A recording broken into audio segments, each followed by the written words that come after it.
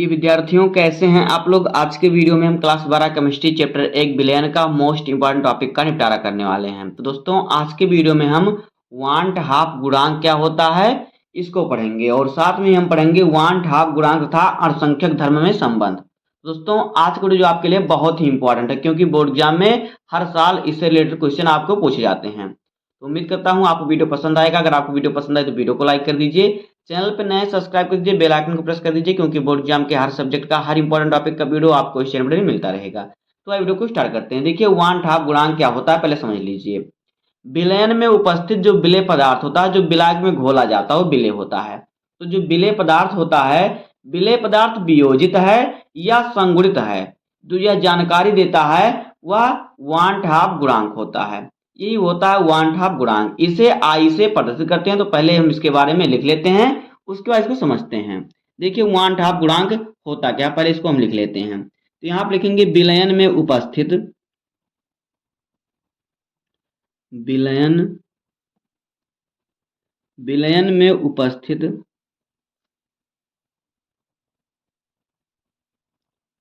उपस्थित विलेय को, विलेय यानी जो पदार्थ विलायक में घोला जाता है, विलेय को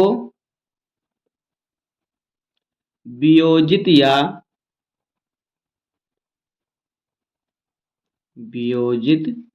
या फिर संगुणित होने की जानकारी देने वाले कारक को क्या कहते हैं, वांट हाफ गुणांक कहते हैं।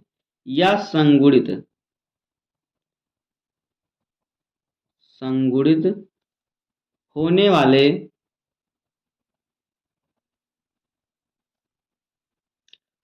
होने की जानकारी देने वाले कारक को,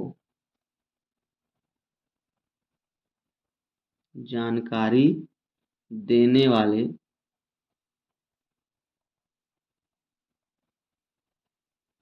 कारक को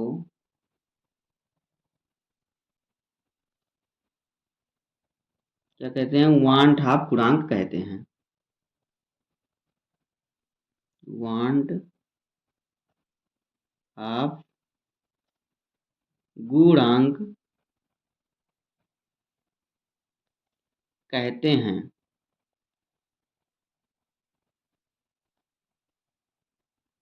तो ये होता है वांट हाफ गुणांक की परिभाषा कि विलयन में उपस्थित जो विलेय पदार्थ होता है वो वियोजित है या संगुणित है, जो यह जानकारी देता है वह जानकारी देने वाले कारक को कहते हैं वांट हाफ गुणांक। देखिए, इसे कैसे, इसे आई से प्रदर्शित करते हैं, इसे आई से प्रदर्शित पे दर्शाते हैं, प्रदर्शित करते हैं। वांट हाफ गुणांक को किससे, आई से प्रदर्शित करते हैं। अब देखिए कैसे आप जानेंगे कि वांट हाफ गुणांक में कौन सा जो है संगुणित है या कौन सा वियोजित है। तो आप पहले परिभाषित कर लीजिए कि विलयन में उपस्थित विलेय पदार्थ जो होता है वह वियोजित है या संगुणित है, जो यह जानकारी देता है वह होता है वांट हाफ गुणांक। इसे आई से प्रदर्शित करते हैं। तो देखिए कैसे आप जानेंगे कि यह वियोजित है कि संगुणित है।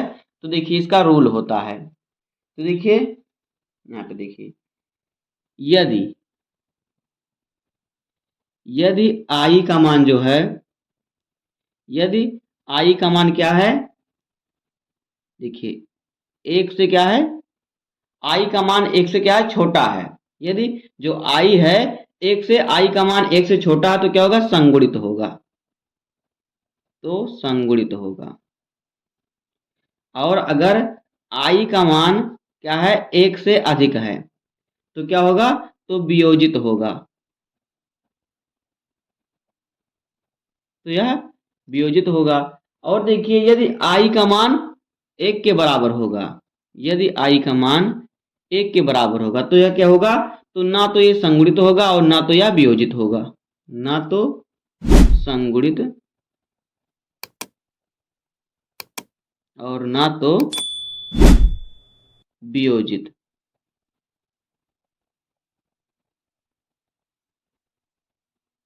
अब आगे देखिए, इतना आपने समझ लिया कि यदि आई का मान क्या है, यदि आई का मान एक से कम है तो क्या है, तो ये संगुणित होगा। यदि आई का मान एक से अधिक है तो वियोजित होगा। यदि आई का मान एक है तो यह ना संगुणित होगा विलेय पदार्थ, ना वियोजित होगा।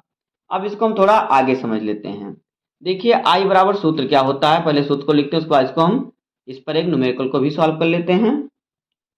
तो देखिए वांट हाफ गुणांक बराबर सूत्र क्या होता है, वांट हाफ गुणांक को हम किससे, आई से प्रदर्शित करते हैं। तो वांट हाफ गुणांक बराबर सूत्र होता है, क्या होता है, देखिए कणों की संख्या, कणों की संख्या वियोजित या संगुणित होने के बाद, संख्या वियोजित या फिर संगुणित होने के बाद। तो देखिए इसी प्रकार से आपको अपनी कॉपी में नोट भी बनाना है, संगुणित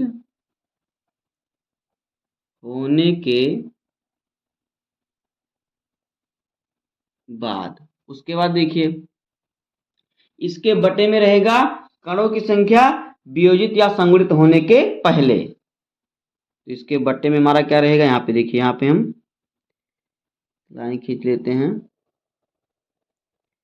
फिर इसके बट्टे में जो हमारा रहेगा वो क्या रहेगा, यहाँ पे देखिए इसका ये सूत्र है। बट्टे में रहेगा कि कणों की संख्या, कणों की संख्या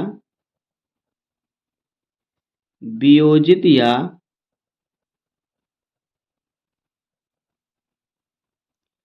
या संगुणित होने के पहले,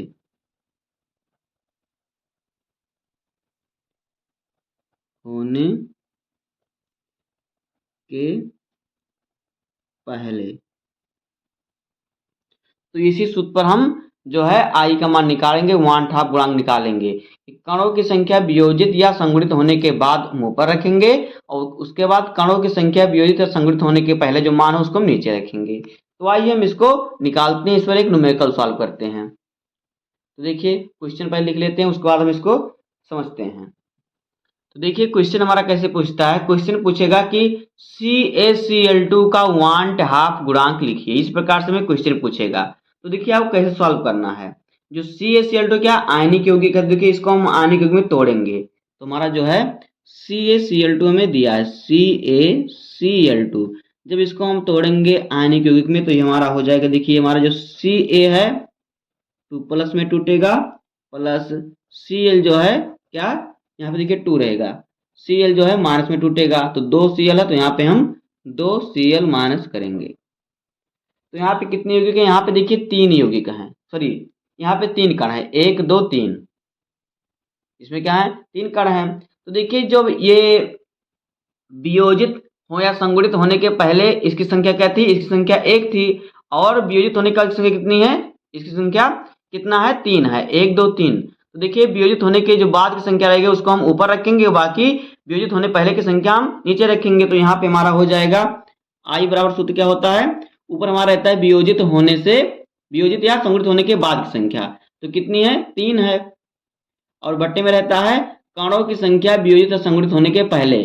तो संगुणित या वियोजित होने के पहले कितना था, CaCl2 था, नहीं 1 था, तो यहाँ पे हम रखेंगे 1। अब 1 का भाग हम 3 में देंगे तो ये हमारा कितना आएगा, 3 आएगा। अब 3 क्या है, तो देखिए आई का मान 1 से ज्यादा है, 3 आया, तो ये क्या है, ये वियोजित हुआ है। क्या हुआ है, वियोजित हुआ है, वियोजित हुआ है। तो इसी प्रकार से आपको निकालना है, इसी प्रकार से कोई भी यौगिक का दे आप तुरंत निकाल लीजिएगा। उसके बाद देखिए अब हमारा क्या आएगा, अब हमारा आएगा वांट हाफ गुणांक का अणुसंख्यक धर्म में संबंध। तो भाई उसको हम समझ लेते हैं।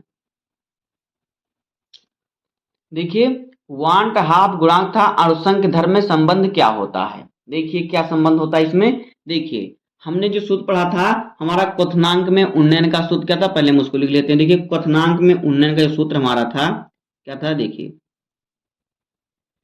क्वथनांक में उन्नयन, इसका सूत्र था, क्वथनांक में उन्नयन को हम डेल्टा टी से प्रदर्शित करते हैं। इसका सूत्र क्या होता है, इसका सूत्र होता है Kb इंटू एम। Kb क्या है, Kb जो है यह मोलल उन्नयन स्थिरांक, और m जो है यह है मोललता। तो देखिए अगर इसी में हम I से गुणा कर दें, I क्या है, I वांट हाफ गुणांक है, तो यही हो जाएगा 1/2 गुणा था अनुसंख्यक धर्म में संबंध, यानी आई का इसका इसमें गुणा हो गया, तो इसमें ये संबंध होता है। इसी प्रकार से हम अगला सूत्र लिख लेते हैं। देखिए क्या लिख लेते हैं हम, हिमांक में अवनमन का सूत्र लिख लेते हैं। तो देखिए हिमांक में अवनमन हम लिख लेते हैं, हिमांक में अवनमन।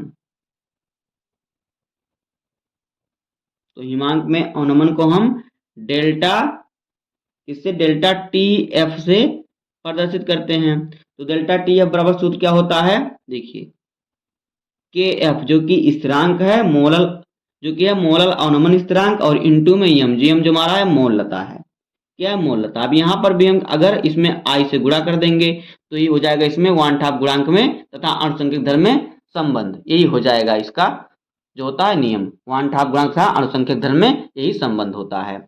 उसके बाद देखिए अगला हम लिख लेते हैं वाष्प दाब में आपेक्षिक अवनमन। तो देखिए वाष्प दाब में या फिर वाष्प दाब में आपेक्षिक अवनमन, आपेक्षिक अवनमन यहाँ पे लिख लेते हैं अवनमन।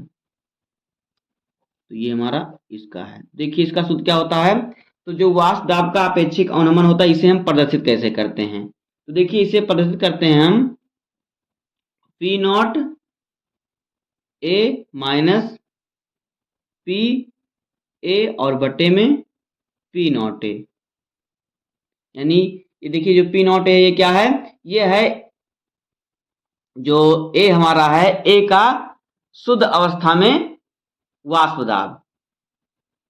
उसके बाद पी ए जो है ये क्या है, ये वाष्प दाब है। तो इसके बराबर जो सूत्र हमारा होता है क्या होता है, देखिए एक्स ए, यानी कि ए का मोल अंश, जो ए का मोल अंश होता है वो इसके बराबर होता है। तो देखिए अगर इसके मोल अंश में हम क्या करें, आई से गुणा कर दें तो ये हो जाएगा, इसमें इसका संबंध हो जाएगा 1/2 गुणांक में। उसके बाद देखिए अगला क्या था, परासरण दाब का सूत्र देखिए क्या होता है, परासरण दाब। तो परासरण दाब को हम पाई भी से प्रदर्शित करते हैं। तो पाई भी बराबर सूत्र क्या होता है, देखिए एन आर टी, जहां पर देखिए एन जो है, एन क्या है मोलों की संख्या, आर है गैस नियतांक, टी है तापमान। अगर इसी में हम क्या करें आई से गुणा कर दें तो ये इसमें इसका संबंध हो जाएगा 1/2 गुणांक में संबंध। तो दोस्तों यही होता है 1/2 गुणांक तथा अनुसंख्यक धर्म में संबंध। तो बस दोस्तों इसी प्रकार से हो जाएगा 1/2 गुणांक क्या होता है, इसका सूत्र क्या होता है, इसमें आप संगुणित कैसे पहचान सकते हैं, वियोजित कैसे पहचान सकते हैं, और कैसे आप निकाल सकते हैं न्यूमेरिकल के अनुसार कि संगुणित कैसे है वियोजित कैसे है, और 1/2 गुणा था अनुसंख्यक धर्म में संबंध क्या होता है। तो बस आज की वीडियो में इतना ही, उम्मीद करता हूँ आपको वीडियो समझ में आ गया होगा। अगर आपको पूरा टॉपिक समझ में आया हो तो वीडियो को लाइक कर दीजिए, चैनल पर नए सब्सक्राइब कर दीजिए, बेल आइकन को प्रेस कर दीजिए, क्योंकि बोर्ड एग्जाम के हर सब्जेक्ट का हर इंपॉर्टेंट टॉपिक का वीडियो आपको इस चैनल पर डेली मिलता रहेगा। मिलते हैं किसी नेक्स्ट वीडियो में, तब तक के लिए धन्यवाद, जय हिंद।